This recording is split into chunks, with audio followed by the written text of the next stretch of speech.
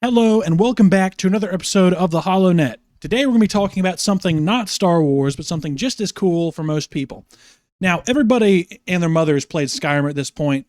Everybody's played it. It's like the most played game on Earth, for better or for worse. Elder Scrolls fans, I realize Morrowind's awesome, probably the best.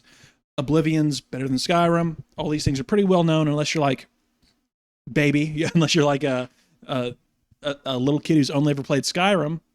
But something awesome just recently came out, and that is the KEIZALL. It's a weird spelling, but a brand new multiplayer Skyrim just dropped, fan made, of course, because everything good in the gaming industry is.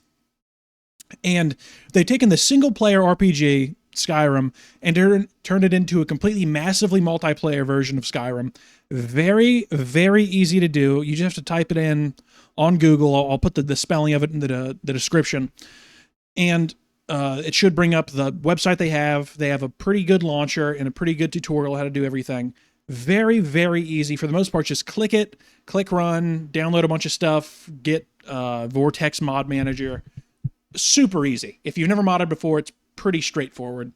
And it is like around 1,000 people per server. And they have 3 servers, 2 of which are public for like people who are new to it, people who aren't vetted properly.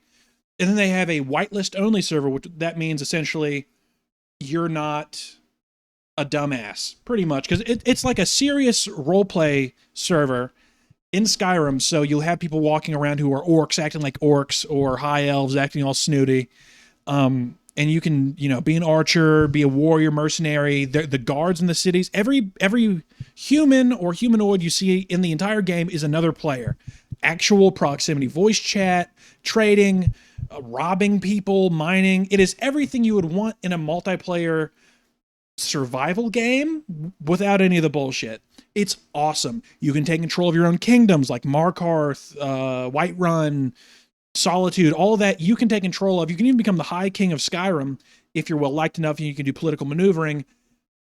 Everything you could possibly want. And the best part is, a lot of these games that were single player first and never meant to be multiplayer, a lot of them, when you play the multiplayer versions, and the only other thing I can think off the top of my head is New Vegas Online, it's very clunky. Like super duper clunky. Maybe New Vegas Online's gotten better over the years, but I played it once and it was kind of rough. For a number of reasons. No voice chat's a big one, but also just the way it plays. It's like if Skyrim was built from the ground up to be multiplayer, which is fucking crazy. You take a game that no one even thought about multiplayer, and you make it this good, it's fucking next level. You have to learn how to be a mage, go through the mage college, or be the court mage of another kingdom. It's really cool. Every piece of armor is built by a player for the most part. Every single weapon's built by a player for the most part, with the exception of like shit that like a skeleton would drop or something, or a falmer. There's dungeons you can crawl through. Even just normal houses out in the middle of, the Skyrim mountaintops, you can claim as your own. It is one of the coolest things I've seen in gaming in years, I want to say. It's been a very long time since something this cool, this polished, and this open to the public at all is, and how much traction this has got. Right now I'm looking at the player counts. Server 2 has 595 people on it right now, and server number 1 has 597, and the whitelist server has 325 right now. So that's like roundabouts 3,000 people playing as I'm speaking. All of those people are running around doing their own missions, their own things, there's farmers, loggers, craftsmen, blacksmiths, tailors, chefs, jarls, and interpolitic things. There's giant battles happening. You can just rob people in the streets, trade with each other. You can harvest flowers if that's your thing. And if you want to, you don't even have to swing a sword if you don't want to at all. You can just be Mr. Friendly, Mr. I'm running a tavern and I want you to tell my story.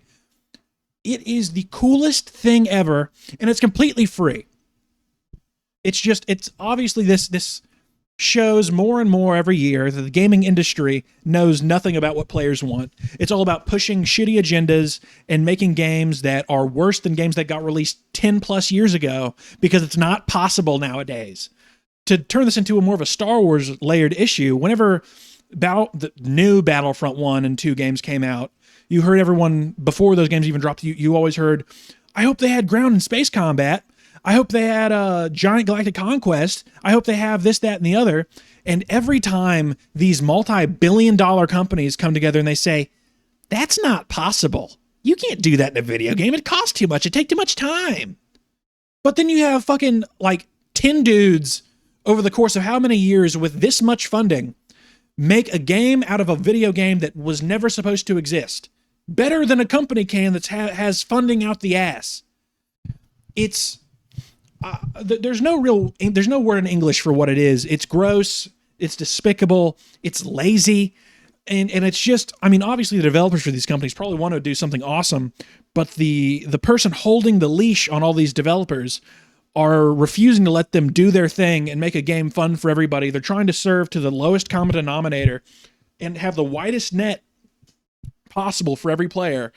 And instead of getting a wide audience, all they end up doing is alienating everybody who likes their shit. Case in point, Bethesda. Every game they release, it gets worse and worse. Which sucks, because they were for the longest time, like when Bethesda launched a game, it was a fucking event. You would call off work, you'd call off school, you'd be gone from your family for a week when Bethesda launched a game. Nowadays, when Bethesda launches a game like 76, like Starfield, in my opinion, even 4 was kind of the start of the big fall, in my opinion. I get it. A lot of people like Fallout 4. I think it's a far better thing to run mods on than it is a Fallout game, and I think anybody with half a brain would agree with me on that. Now when they release a game, it's just, it's going to be shitty, like bad. It's nothing what you wanted. It's just it's hollow. There's no love in it. It's filled with a bunch of shit you didn't need. But year after year, time after time, you have amazing mods coming out for games, and you have amazing, I don't know what you'd call this. Like, this is hardly a mod. This might as well be a whole other game. You have these amazing projects coming out from the fans that blow these rich assholes out of the water for $0, and they're asking for $0. It's all free. And this is just great news for everybody. Like I said, if you have a computer, if you own Skyrim Special Edition, now that's an important part. You have to have the Special Edition, which kind of sucks, but oh well, $20 more. So what? Who gives a fuck? Download the game, download the KEIZAAL launcher, get all the mods. If you don't have, what's it called? Nexus Mod Manager. If you don't have the premium version of that, which it's criminal that they have a premium version, but if you don't have the premium version of Nexus, it'll take you like an hour-ish to download everything and click through everything. It's tedious, I'm not going to lie to you. But after that amount of time, after you're done setting it up, it will be so much fun, and it will be as much fun as you make it, because it's one of those games that doesn't hold your hand. It doesn't fucking, go here, do this, do that, go here, do this. It doesn't hold your hand at all. It's, here's the game, here's a vague outline of what is possible, figure it out.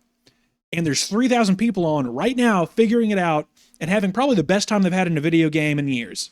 Oh, sorry, my freaking phone fell. Oh my goodness. Play it. Play the game. Other than that, maybe you'll stream a little bit this week. Keep your eyes out. I think that's about it. I wish I had another minute to ramble on to get that succulent 10 minutes, but I won't hold you for that. I ran out of steam kind of early. More videos coming soon. Today's my birthday, so I'm uploading it late. Bye-bye, everybody. Have a good time. I'm going to keep talking until it reaches 9 minutes, because I'm going to milk it that much.